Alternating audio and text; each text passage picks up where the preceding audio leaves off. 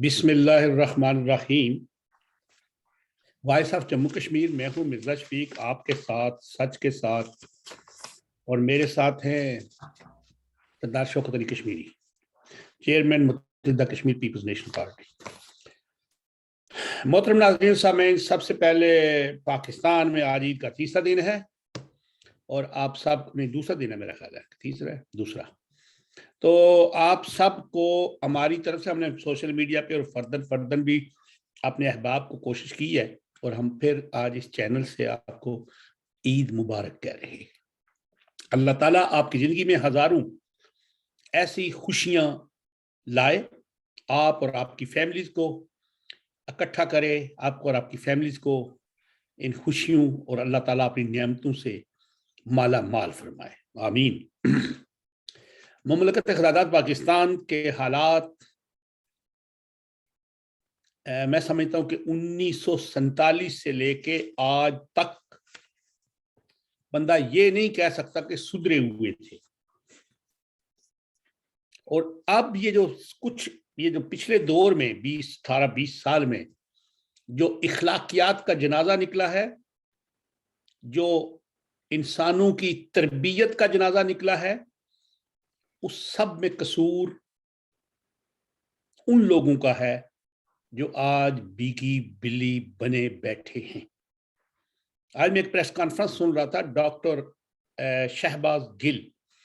وہ پروفیسر بھی ہیں، ڈاکٹر پی ایچ ڈی بھی کہتے ہیں کی ہوئی ہے، امریکہ کی یونیورسٹی میں لیکچرز بھی دیتے ہیں، اور مجھے یہ نہیں پتا وہ کیسی یونیورسٹیوں میں لیکچر دیتے ہیں، کیا وہ یونیورسٹیز تعلیم کے لیے ہیں یا کسی اور تعلیم کے لیے؟ یار خدا کی خوفی کرو، کوئی بکواس، کوئی ذلیل، مطلب ایسے لفظ بولتے ہو اپنی پریس کانفرنس میں، اور آپ کے سامنے جرنلسٹ بیٹھے ہوتے ہیں جو کہتے ہیں جی ہم نے پوری دنیا کے جرنلزم کا ٹھیکہ لیا ہوا ہے۔ تو یہ اخلاقیات آپ دے رہے ہیں اپنی قوم کو، اپنی جنریشنز کو، وہ جو آپ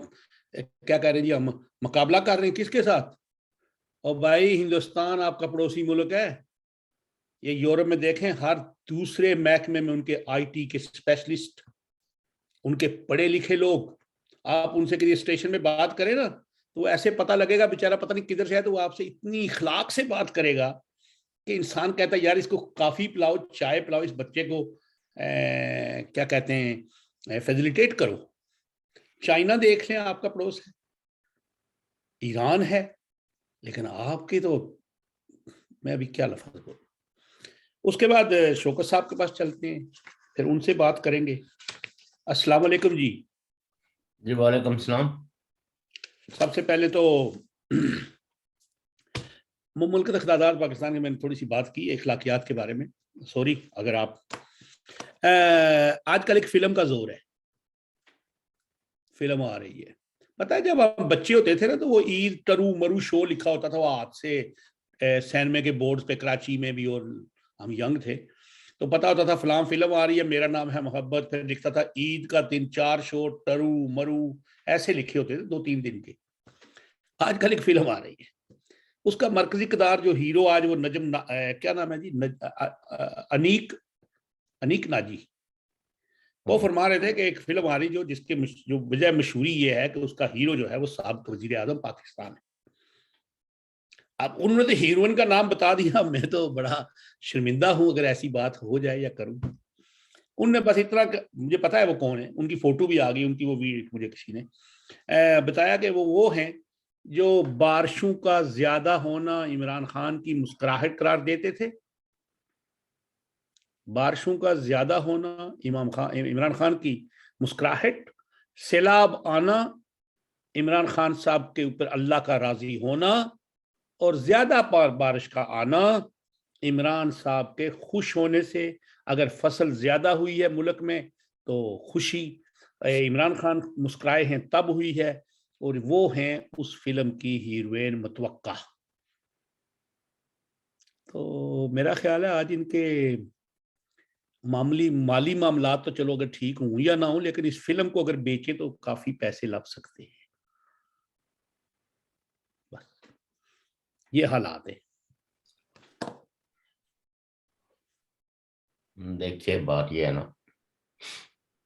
کہ یہ جو پاکستان کی سیاست کی تو میں ہے نا، اس کو ہمیں ڈسکس کرنے سے اجتناب برتنا چاہیے۔ ہمارا پروگرام ایک سنجیدہ پروگرام ہے جو ہمارے خطے کی جو عمومی سیاست ہے اور اس سیاست کے عوام پہ پڑنے والے جو اثرات ہیں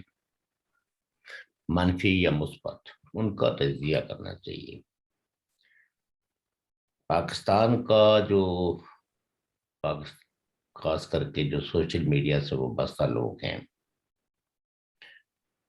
چونکہ وہ ہر طرح کے اخلاقی دباؤ سے آزاد ہیں اور وہ کسی کے سامنے جواب دہ نہیں ہے۔ جی، من میں جو آئے ان کی ذاتی دشمنیاں یا ذاتی دوستیاں اپنی جگہ، ان کے تجزیات اگر وہ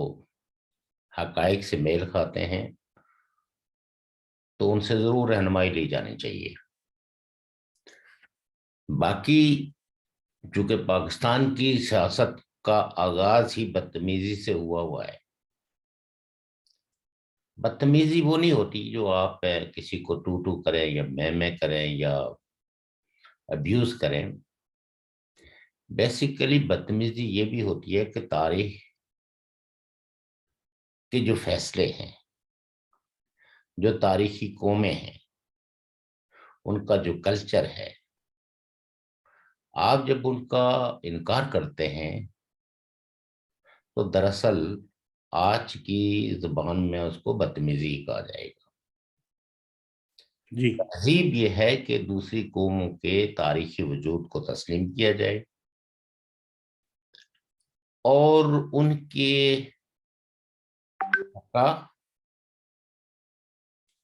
بقا سے مراد ان کی تاریخ، ان کا کلچر اور ان کی شخصیت کو اس طرح دیکھا جائے کہ جس سے کہ تاریخ کا آئینہ ہمارے سامنے ہو۔ بدقسمتی سے پاکستان کا قیام ایک ایسے نظریے کا سہارا لے کر وجود میں لایا گیا جس نعرے اور جس تھیوری کو اس کے بانیان بھی بیان کرنے سے قاصر تھے۔ چونکہ بڑے بڑے جو جید علماء تھے جن کی قرآن فہمی آپ سے، مجھ سے، دیگر لوگوں سے اور بانیان پاکستان سے زیادہ تھی، وہ بارہا یہ کہتے تھے کہ قومیں وطن سے بنتی ہیں، مذاہب سے نہیں۔ مذاہب ایک قوم کے مختلف ہو سکتے ہیں، لیکن جن کا اشتراک ارض ہے، اشتراک تاریخ ہے اور اشتراک معاش ہے، ان سے قوموں کا وجود مرتسم ہے۔ اور پھر ایک ایسا تجربہ ہوا کہ 74 سالوں میں بھی یہ بحث کسی منطقی نتیجے پہ نہیں پہنچ سکی، اور پاکستان کے پالیسی ساز اور پاکستان کی مقتدرہ یہ فیصلہ کرنے سے قاصر رہی کہ ہم نے پاکستان کو ایک نیشنل سٹیٹ بنانا ہے، ایک مذہبی ریاست بنانا ہے، پاکستان کو عصر حاضرہ کے تقاضوں سے ہمانگ کرنا ہے، یا تاریخ کے کسی ایک ایسے دور سے مرتسم کرنا ہے جو دور اپنے ارتقائی مراحل میں ہی اختتام پذیر ہو گیا۔ اور یہ کشمکش پاکستان کی سیاست میں آج بھی دیکھی جا سکتی ہے، اور اگر آپ اس کو حالیہ نعروں کے تناظر میں دیکھیں تو یہ نعرے بھی پاکستانی سوسائٹی کی کنفیوژن اور کیاس کا اظہار ہے.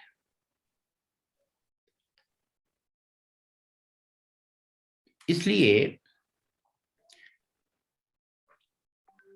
کہ تاریخ میں بے شمار ریاستیں معرض وجود میں آئی یا لوکل پلانز نے یا طاقتور لوگوں نے ریاستیں بنائی اور پھر وہ ریاستیں تحلیل ہو گئی. تاریخ میں بے شمار جنگیں ہوئی. ان جنگوں کے مختلف نام ہو سکتے ہیں, ان جنگوں کے مختلف مقاصد ہو سکتے ہیں, لیکن ایک عہد کے بعد وہ جنگیں کسی کے لیے بھی کوئی قابل قدر, قابل فخر نہیں رہی. جس عہد سے آپ, ہم اور آج کی دنیا گزر رہی ہے, اس عہد کو نیشن سٹیٹ کا عہد کہا جاتا ہے. اور نیشن سٹیٹ کے جو تقاضے ہیں, ان تقاضوں میں ایک بنیادی تقاضا یہ ہے کہ ریاست جو ہے وہ غیر مرئی طاقتوں کے سہارے نہیں, بلکہ ریاستیں مادی وسائل اور مادی حقائق کی بنیاد پہ چلائی جائیں گی. اب آپ یہ دیکھیے کہ 70 سال یعنی 75 سال کے بعد پہلی دفعہ ایک نیریٹو آیا, اور وہ تھا جیو اکنامک اسٹریٹجی. پہلی دفعہ ایک جملہ آیا کہ پاکستان کو ایک نارمل سٹیٹ بنایا جائے, اور وہ بھی کس کی طرف سے؟ پاکستان کے آرمی چیف کی طرف سے. لیکن انفارچونیٹلی سیاست کی اس کشمکش میں اس پہ بھی کوئی پاکستان کی سوسائٹی میں سنجیدہ بحث نہیں ہو سکتی. اور آج جس پہ آپ دکھی ہیں کہ بدتمیزی فروغ پا رہی ہے, گالم گلوچ فروغ پا رہا ہے, تو یہ اگر تاریخ تناظر میں دیکھیں تو یہ اس وقت بھی تھا. مثلا جن جید علماء کرام نے اس وقت ایک سنجیدہ بحث کا آغاز کرنے کی کوشش کی گئی, تو ان کو بھی اسی طرح غیر سنجیدہ, تنقید کا نشانہ, گالم گلوچ, کسی کو کانگریس کا شو بوائے, کسی کو کچھ کہہ کے, تو ان سنجیدہ بحثوں کو روکا گیا. دنیا نے جو ترقی کی ہے, انہوں نے اپنے معاشروں کو نزعی بحثوں سے گزارا ہے. بحثوں سے اجتناب نہیں کیا, بلکہ بحثوں کو سرگرمی سے ان کا آغاز کیا, اور لوگوں کے شعور کو گریجولی منظم کیا. سطحی شعور سے ان کو ایک منظم شعور کی طرف پیش قدمی کرنے میں ان کی معاونت کی. اب آپ یہ دیکھیے کہ جس ملک میں آج بھی یہ کنفیوژن موجود ہو کہ ہمارے پاس کون سا نظام ہونا چاہیے, پارلیمانی نظام حکومت ہونا چاہیے, صدارتی نظام حکومت ہونا چاہیے, خلافت ہونی چاہیے, ملوکیت ہونی چاہیے, بادشاہت ہونے چاہیے, یہ سب بحثیں پاکستانی سوسائٹی کے اندر موجود ہیں. لیکن اس میں مکالمہ اور اس میں بحث کرنا وہ ممنوع ہے. عمومی طور پر پارلیمانی نظام کے حق میں ایک ہی دلیل دی جاتی ہے, اور وہ ہے کہ جب پاکستان کا جو کانسٹیٹیوشن ہے وہ پارلیمانی جمہوریت کی بات کرتا ہے. لہذا کانسٹیٹیوشن کا یہ تقاضا ہے, کانسٹیٹیوشن ہمیں مجبور کرتا ہے کہ ہم پارلیمانی نظام کے ساتھ اپنے آپ کو سٹک کریں. لیکن کئی ایک پاورفل حلقوں سے اس پارلیمانی نظام کو بہت ہی ہدف بنایا جاتا ہے اور صدارتی نظام کے تعریف و توصیف میں کئی ایک بڑے بڑے جو کسی نہ کسی شکل میں پاورفل طبقوں کے سپوکس پرسن ہیں، وہ اس نظام کی تاریخ میں اتنے رتب اللسان ہیں کہ ایک عام آدمی کو یہ پتہ نہیں چلتا کہ اس کے مفادات کا تحفظ کون سا سسٹم کرتا ہے۔ اور اوورال اس پورے عہد کو، ایک عہد تھا جس کو کالونیل عہد کہتے ہیں، یعنی استعماری دور، اس میں کہا جاتا تھا کہ تقسیم کرو اور حکومت کرو۔ آج کے اس دور کو کچھ سوشل سائنٹسٹ نے کہا کہ کنفیوز کرو اور حکومت کرو۔ تو لہذا یہ ایک کنفیوژن کا ایرا ہے اور پاکستان سوسائٹی بھی اس کنفیوژن کے ایرے سے باہر نہیں ہے۔ اب آپ یہ دیکھیے کہ ایک شخص ہے جو کل تک یعنی 9 اپریل سے پہلے اس ملک کا وزیر اعظم تھا، اس نے ایک بیانیہ ترتیب دیا کہ میرے ایک جیب سے ایک لیٹر نکالا اور یہ کہا کہ میرے خلاف امریکہ نے سازش کی ہے اور امریکہ میری حکومت کا خاتمہ چاہتا ہے۔ فرض کریں کہ اس بیانیوں کو امن و من تسلیم بھی کر لیا جائے کہ ایسا ہی ہے، امریکہ آپ کو ناپسند کرتا ہے، امریکہ آپ کو اقتدار میں نہیں دیکھنا چاہتا، لیکن آپ کا جو اپنا لکھا ہوا جو کانسٹیٹیوشن ہے، جس کو آپ ہی لوگ یہ دعویٰ کرتے ہو کہ یہ متفقہ علیہ سوشل کانٹریکٹ ہے، جس کے مطابق اگر ملک کا یعنی لیڈر آف دا ہاؤس اکثریت کا اعتماد کھو دے تو اس کے بعد وہ وزیر اعظم نہیں رہتا، وہ لیڈر آف دا اپوزیشن نہیں ہوتا، وہ لیڈر آف دا ہاؤس نہیں رہتا۔ لیڈر آف دا ہاؤس کے لیے یہ ضروری ہے کہ ہاؤس کی اکثریت اس کے حق میں ہو۔ اور آپ یہ دیکھیے کہ بجائے ان حقائق پہ بحث ہوتی، بجائے ایک لیڈر جو ہے وہ اپنا احتساب کرتا اور ان حقائق کو جاننے کی کوشش کرتا کہ میں نے اکثریت کا اعتماد کیوں کھو دیا، کہاں کہاں مجھ سے غلطیاں ہوئی، کہاں کہاں میں نے کامن وزڈم کو استعمال نہیں کیا۔ اس نے ایک فالس، بلکہ میں کہتا ہوں کہ اگر وہ ٹرو بھی ہو، اگر اس کو غلط بھی نہ کہیں، تو تب بھی امریکہ نے ایک ایک ممبر کو آپ کے خلاف، ایک ایک اتحادی کو آپ کے خلاف نہیں کیا۔ کیوں کہ کل تک یہ سارے آپ یہ کہنا چاہتے ہیں کہ آپ کو بنانے میں، آپ کی حکومت بنانے میں امریکہ نے کوئی کردار ادا کیا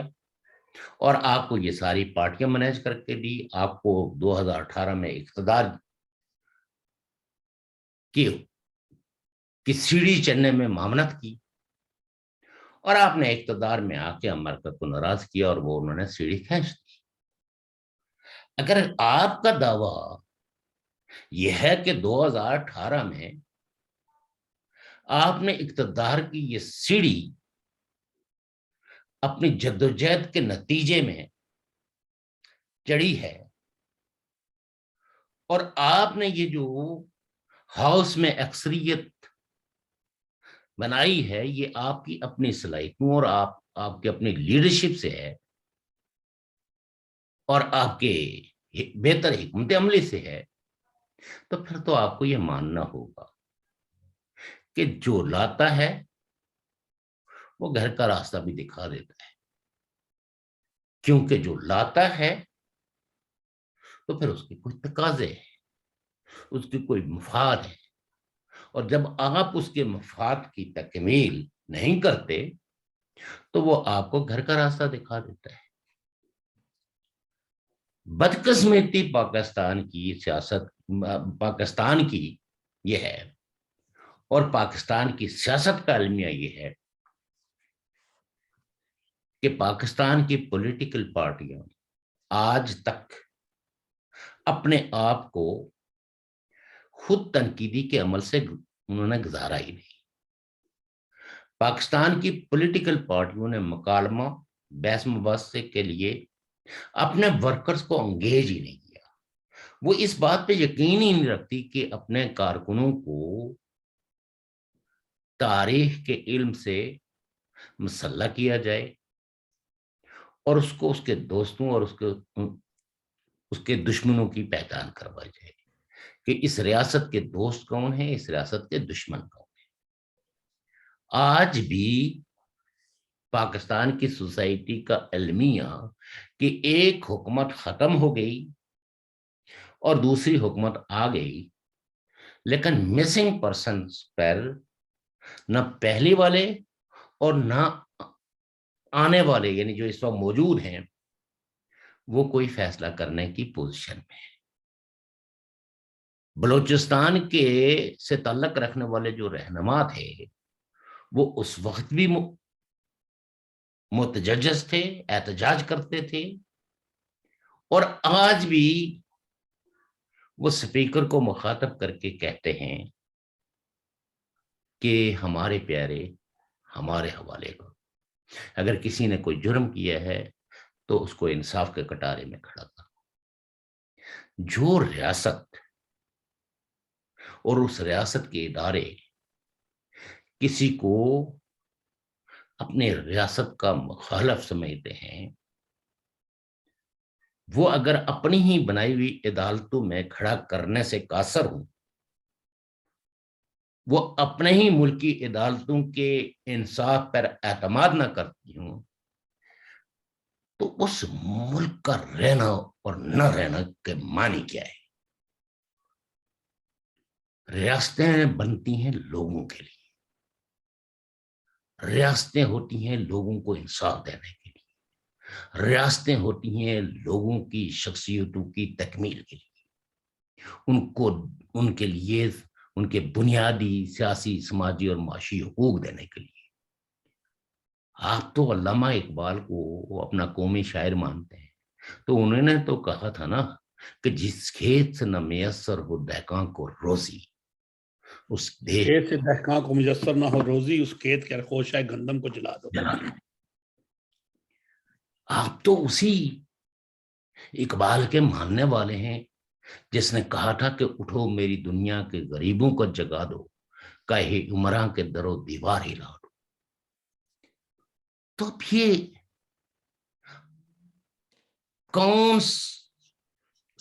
کون سے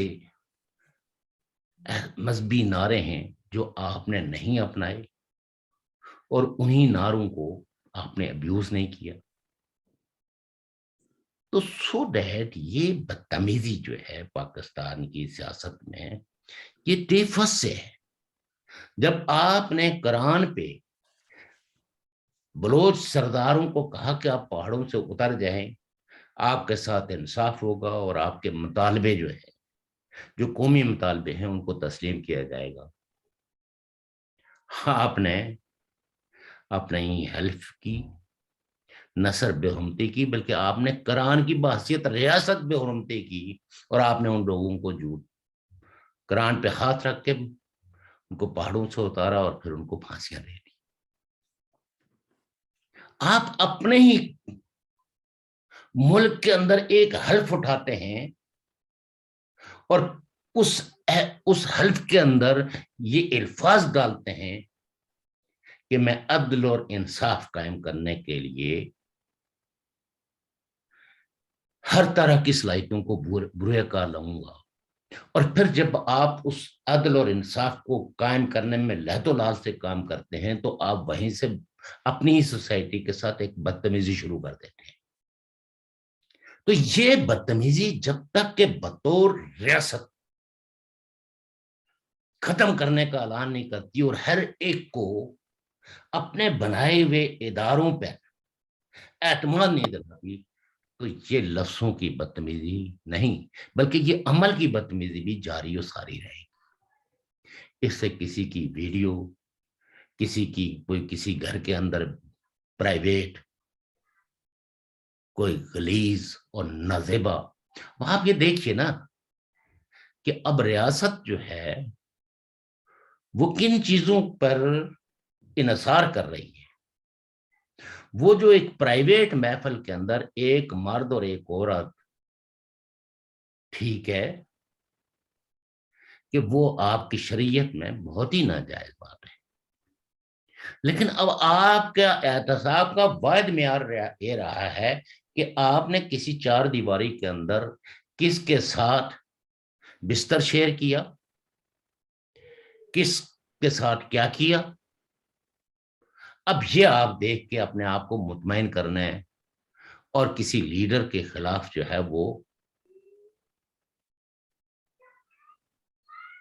یعنی اس کو شرم دلانے کے لیے اب آپ کا انحصار ان 2-2 3-3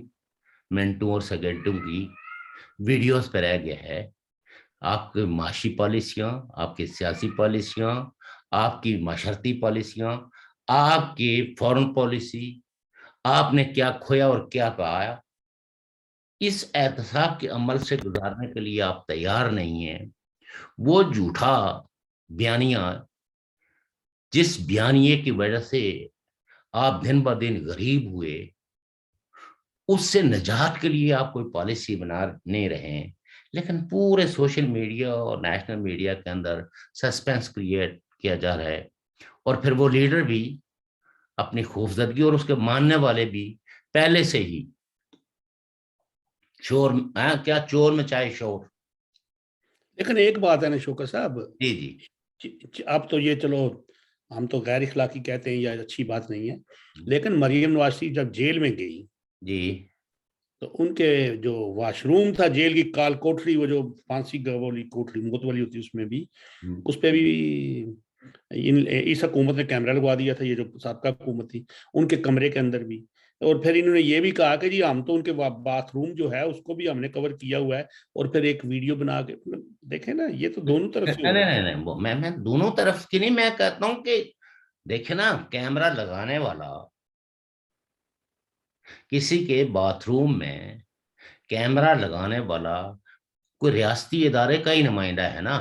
جس کو یہ بھی تو سب پرائیویٹ ان کے اپنے لوگ ہوتے ہیں. دیکھنا, پرائیویٹ لوگوں کو ایکسس جو ہے وہ جیل میں کسی بلڈنگ کو وزٹ کرنے کے لیے بھی آپ کو ایک اسپیشل پرمیشن, وہ کوئی عمران خان کی چٹھی کام نہیں آتی, اس کے لیے ایک پروسیجر ہے جو جیل مینول ہے کہ کون جیل کو وزٹ کر سکتا ہے, کہاں جو ہے نا وہ کون کون لوگ جا سکتے ہیں, یہ سب کچھ جو ہے ایسا پھر نہیں. میں آپ قطع کلامی کروں, یہ پچھلے دور میں فیاض الحسن چوہان ہوں وزیر جیل خانہ جات تھے, ہوں انہوں نے جب مریم نواز جیل میں تھی اس وقت رات کو 2 بجے جیل میں چلے گئے. دیکھیے بات یہ ہے نا, وہ فیاض الحسن چوہان ہوں یا ان کی جگہ کوئی ہو, it is a collective failure of the society, of the government institutions, whether it's army, whether it's intelligence agencies. وہ جو کہتے ہیں ہم نمبر 1 ہے, تو اگر ایک وزیر جیل ایک منہ کالا کر رہا ہے اور اس کے اس منہ کالا کرنے سے کوئی نہیں روک رہا ہے, تو آپ اس کو کلیکٹیو فیلئرز کہیں نا. آپ مجھے یہ بتائیں کہ دنیا کی ساری عورتوں کا جسم تو ایک ہی جیسا ہوتا ہے نا,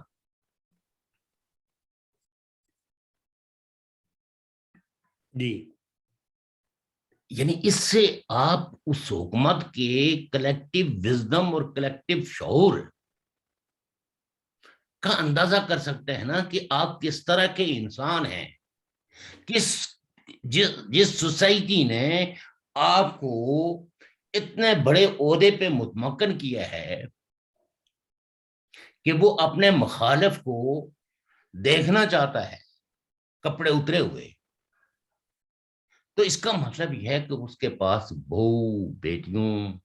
عورتوں کا کوئی احترام نہیں ہے۔ اور یہ کلیکٹیو بدتمیزی اور بےغیرتی جو ہے وہ کلیکٹیو ہے، اس کو آپ کسی ایک وزیر جیل خانہ سے نہ جوڑیں۔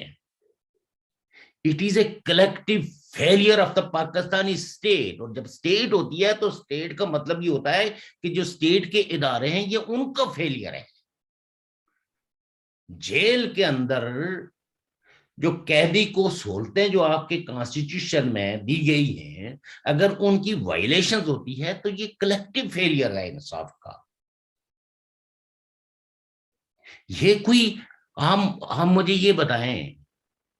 کہ آپ نے کسی ایک عورت کا ننگا جسم دکھایا تو یہ تو اس بات کے مترادف ہے کہ آپ اپنی بہن کو بھی ننگا اس کا فوٹو کھینچ کے، یا اپنی بیوی کا یا اپنی ماں کا، کیونکہ عورتیں جب آپ حکمران بنتے ہیں تو ان کے لیے تو سب کی عزت سانجی ہو جاتی ہے، تو جو سب خواتین کی عزت و احترام میں تمیز کرتا ہے تو اس سے زیادہ بدتمیز، بد دماغ اور گھٹیا انسان تو کوئی نہیں ہوتا۔ یہ صرف اگر یہ عمران خان کی حکومت کا خاصہ ہو تو میں بالکل صرف کہوں کہ یہ پی ٹی آئی بدتمیز ہے۔ یہاں تو ایسی مارشل لاء کے دور میں لوگوں کے ساتھ سلوک کیا گیا ہے، خاص کر کے وہ جو سیاسی خواتین جو قید میں تھی، تو یہ تو سارے جن نرسریوں میں انہوں نے پرورش پائی ہے یہی کچھ تو پایا ہے انہوں نے۔ آپ مجھے یہ بتائیں کہ سیاسی لوگوں کی ایک وقت میں قدر ہوتی تھی، پوری دنیا میں قدر ہے کہ سیاسی لوگ اپنے آپ کو ایک برادری سمجھتے ہیں اور وہ ایک دوسرے کے نظریات، ایک دوسرے کے سیاسی اور سماجی کردار کے حوالے سے بحث کرتے ہیں۔ لیکن جب آپ کیمرے جو ہے وہ اس کے باتھ روم تک لے جاتے ہیں تو اس کا مطلب یہ ہے کہ آپ نے ساری اخلاقی قدروں کو پھلانگ دیا ہے۔ ایسے لوگوں سے پھر کوئی توقع کرنا، اور یہ الٹیمیٹلی ایک اسٹیٹ کا فیلئر ہوتا ہے، یہ کسی انڈیویجل کا فیل نہیں ہوتا، یہ کوئی میری ذاتی خواہش کا مسئلہ نہیں ہے۔ یہ وزیر پاکستان، یہ عمران خان یا نواز شریف یا شہباز شریف یا ان دیگر لوگوں کا کہ یہ ذاتی خواہش کا مسئلہ نہیں ہے۔ اس ملک کا یہ جو انٹیلیجنس نیٹ ورک ہے، جو اس میں جیل کے جو مینولز ہیں، جو انصاف کے ہیں، وہ سارے وائلیٹ ہو جاتے ہیں جب آپ کسی کی پرائیویسی کو، اور ایسی پرائیویسی کہ چونکہ غسل تو سب کی ضرورت ہے، آپ نے دوسرے آدمی کو ننگا دیکھا یا اپنے آپ کو ننگا دیکھا، تو اس سے آپ کی کس مینٹلٹی کا اظہار ہوتا ہے۔ اور دس از دا نیم آف دا پاکستان۔ اگر ان لوگوں کو سزائیں نہ دی جائیں جو دوسرے اپنے مخالف کو ننگا دیکھنا چاہتے ہیں، وہ چاہے عورت ہو یا مرد ہو، یہ وہ لوگ ہیں جن کے لیے کہا گیا ہے کہ یہ انسانیت کے ماتھے پہ ایک کلنک ہے، اور یہی وہ لوگ ہیں جو دراصل معاشروں کی تباہی اور بربادی کا سبب ہے۔ اور جب ایسے لوگ سیاست میں آ جاتے ہیں، سیاست تو نام ہے نیک اور شریفانہ آدرش کہ انسان دوسرے انسان کے لیے جینا اور دوسرے انسان کے لیے مرنا، اپنا نسب العین بناتا ہے، اس اپنی سوسائٹی کے لیے ایک حسین خواب دیکھتا ہے، اس مادی دنیا کو خوب سے خوب تر بنانے کے لیے اپنی تمام تر صلاحیتوں کو بروئے کار لاتا ہے۔ اور جو سیاست کے نام پہ دوسرے کا ننگا فوٹو اور ننگی ویڈیو دیکھنا چاہتا ہے، تو دراصل وہ پوری قوم اور پورے ملک کو ننگا کرنا چاہتا ہے. یہ تاریخ کا سبق ہے جو لوگوں کو قید تنہائی دیتا ہے. تو یہ وہ معاشرے اگر یہ کرونا اولا کی سزائیں ہیں, یہ اذیت پسند معاشرے کی دلیل ہوتی ہے کہ آپ مخالفین کو کتنی زیادہ سے زیادہ ذہنی اذیت پہنچا سکتے ہیں. دیکھیں جی, بات یہ ہے کہ ہم اس معاشرے کی بات کرتے ہیں, شداد کا ذکر تو آپ نے سنا ہے. کس کا؟ اس نے ایک مصنوعی جنت بنائی, اس نے تصوراتی حوروں کا تخیل پیش کیا اور لوگوں کو اپنے ساتھ ملانا اور اپنا رب ہونے کا بھی یقین دلایا. لوگ یقین کرتے رہے. اس دور میں جو ہم لوگ مملکت خداداد پاکستان میں دیکھ رہا ہوں, آپ نے یہ بڑی بڑی باتیں کی, بڑی مثالیں دی. میں تو چھوٹی چھوٹی مثالیں دینے والا بندہ ہوں, میں اتنا بڑا عالم نہیں ہوں, آپ کا علم بڑا ہے. جس ملک کے اندر مولوی نکاح کے صاحب نکاح کی حیثیت سے ریٹ لیتا ہو, جس ملک کے اندر وہ عالم 10 لاکھ روپیہ نکاح کا پڑھائے تو لوگ سمجھیں یہ 10 لاکھ والا نکاح بہت زیادہ قیمتی ہو گیا ہے. جس نکاح جس میں دعاؤں کے ریٹ ہوں, رکعت امیز دعا کا علیحدہ ریٹ ہو, سادی دعا کا علیحدہ ریٹ ہو, لیلۃ القدر کو اگر یہ کہہ دیا جائے, حالانکہ یہ قرآن کا فیصلہ ہے کہ یہ لاکھوں